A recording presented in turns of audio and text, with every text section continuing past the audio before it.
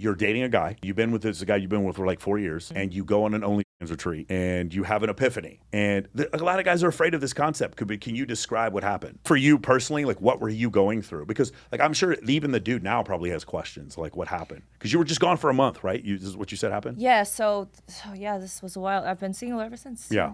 But yes, I was in a committed relationship, 4.5 years strong. Did I ever meet this guy?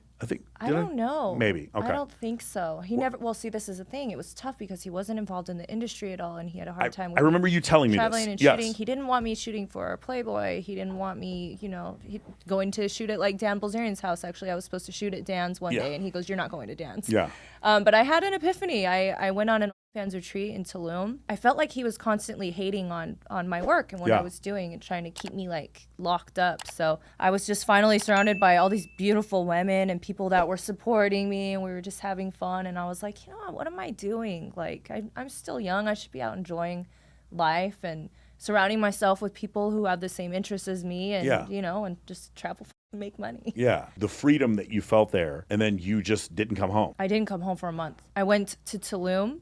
From Tulum to, I think it was Miami. I think this was around the time that... Was this 2019? I think this may have been. Bro, now I remember. Our Miami you trip. You went from Tulum and then met me in Miami. I remember this now. I remember you telling me the story because you and your sister, when you were arriving in town. Okay, that was the trip. That was the trip. Yes. Okay. So yeah, and then I think from Miami I went to Vegas. Yeah. And then from Vegas, I think I went back to LA finally. Okay. But yeah, I never went back. Did you communicate with him at all? Do you feel bad about this whole situation? I feel terrible about the way that I handled it with the communication. Because he was a really nice guy. He's a great guy. We're still great friends. But at the time, I had just reached my first 1 million followers. So I remember this. I remember this happening when you were in. Yes, I remember in Miami. I cut him off. I didn't respond to him, and I just showed up at home, and he had all these balloons out that said 1 million plus. Oh, wow. And he had roses and a bottle of champagne, and he was like, oh my God, I'm so happy you're home, and I missed you so much. And I was just like, I'm going to have to, it's not going to work out. Can I propose a hypothesis to you, and you tell me if you think I'm right or wrong? Okay? No, it's not about your situation. I think, in general, especially in your community, because you have so many options that for a relationship to work, I think the girl has to be a little bit more into the guy than vice versa in order for the relationship to work. Because then he can lead, and because she has more options, she can have more of her focus still in this relationship. Otherwise, it's just not going to make it. Do you agree with that? I think that makes sense. Yeah, because I feel like if the girl isn't more attracted to the guy, then she could just lose interest. He has to really have like a, just a hold, like a hold on her.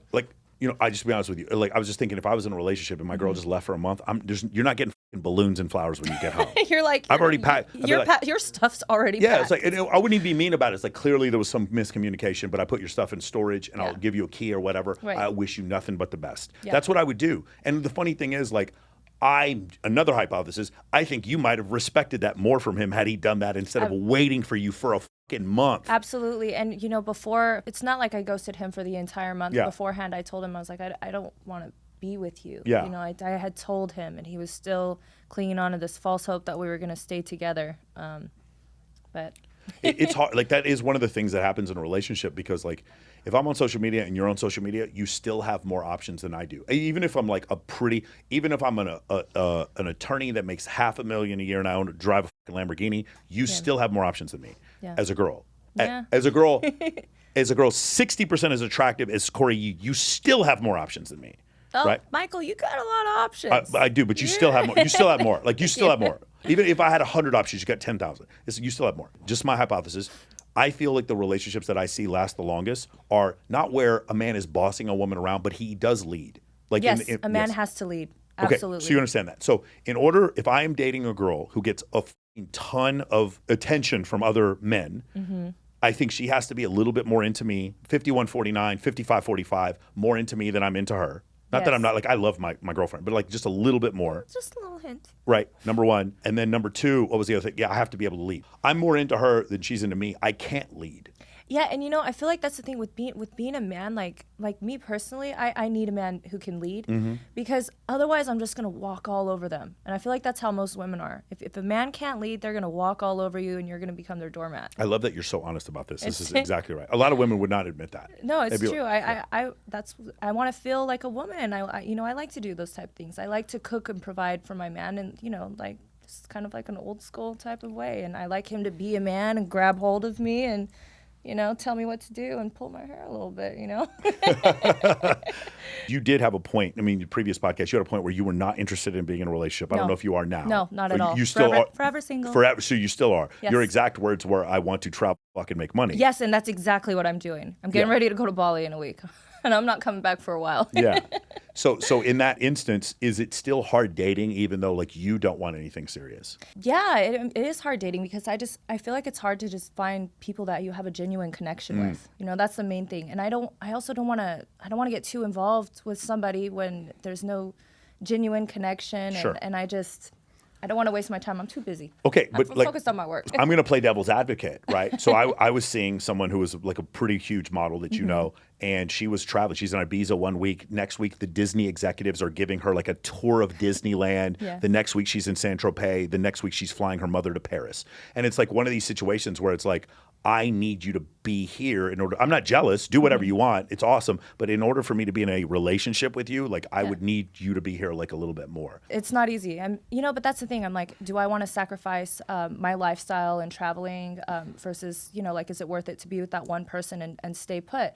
And I feel like if I met the right person, I could absolutely do that. No problem. What I would love, what in a perfect world would be to have a partner that could travel and just enjoy things with me. So I've talked to a couple girls that are like this, where they rarely date guys who come after them. They'll look. Okay, so you approach. You saw a guy in the gym and you went after him. It's funny. So I had a gym crush for a long time, right? And he actually approached me one day in the parking lot, and he comes up to me and he goes, "I just want you to know you're beautiful." And I was like, "Thank you." And then I just walked off. And he felt so uncomfortable after that because I didn't know what else to say. I was just like, "Thanks." So I would see him in the gym for months after that, and we would just stare at each other, and I would think in my head, because he never approached me again. I was thinking in my head, I go, why isn't this guy talking to me? Like, I'm into him. I'm staring at him. Clearly, he knows that I'm looking at him. And he never approached me after that. He thought that you thought he was stalking you.